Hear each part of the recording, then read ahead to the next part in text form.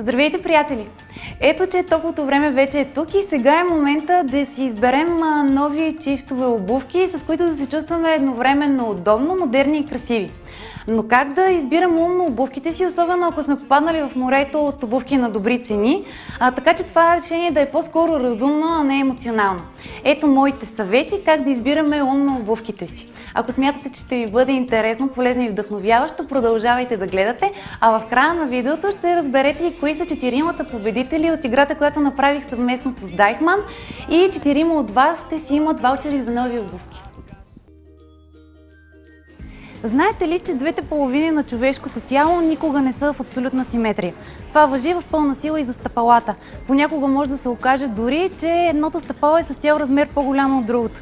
Затова е първият ми съвет и към момичетата, и към момчетата, и когато отидете в магазина, да обуете и двете обувки. Направете няколко крачки и се уверете, че не изпитвате никакъв дискомфорт, а ви е удобно.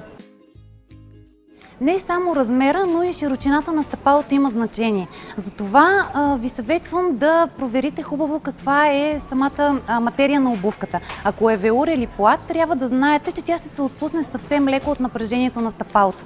Но ако все пак не сте сигурни в избора си, не се срамувайте и задължително попитайте продавач-консултант за допълнително мнение.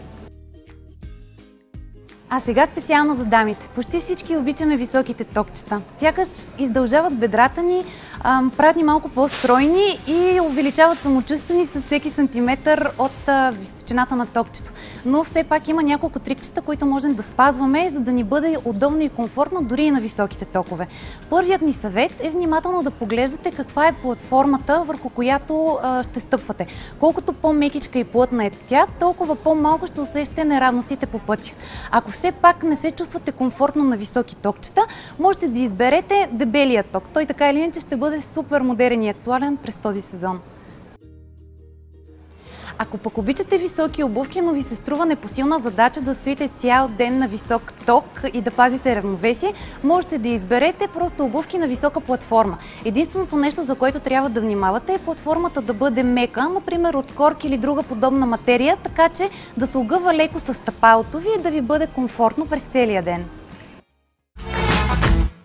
И ето, че дойде вече дългоочаквания момент и честно казано нямам абсолютно никакво търпение да изтегля хората. Страшно много хора се включиха в играта, за което съм ви страшно благодарна. Приготвила съм листчетата ето тук в тази купа и ще изтегля 4 имена. И така бъркам много хубаво, макар че ме е страх да не изпадне някое листче. Така, и първият победител е Тасевас, което не знам дали ще се види, но аз ще си му пиша лично на човека, както и на всички останали хора, които ще спечелят. Така, второто име е Преса. Третото, няма да гледам, е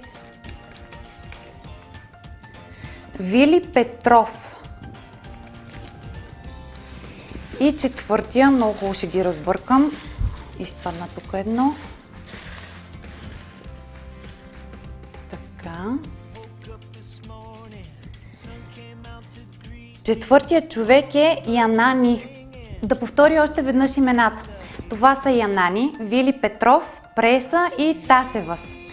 Мили хора, още днес ще се свържа с вас, за да ви съобщя добрата вест и да ви обясня, че трябва да ми дадете вашите координати, които аз след това да предам на Deichmann, които ще се свържат пък с вас, за да можете да се оговорите в кой е удобен за вас филиал, да си получите ваучерите. Много се радвам, че толкова много хора ми писахте, още веднъж ви благодаря. Обещавам, че това ще бъде една от многото игри, които ще правя в мои видеа. А ако това видео ви е харесало, усмихнало или вдъхновило, ще се радвам да го харесате, да коментирате отдолу и не забравяйте да се абонирате за канала ми, ако вече не сте го направили. До скоро!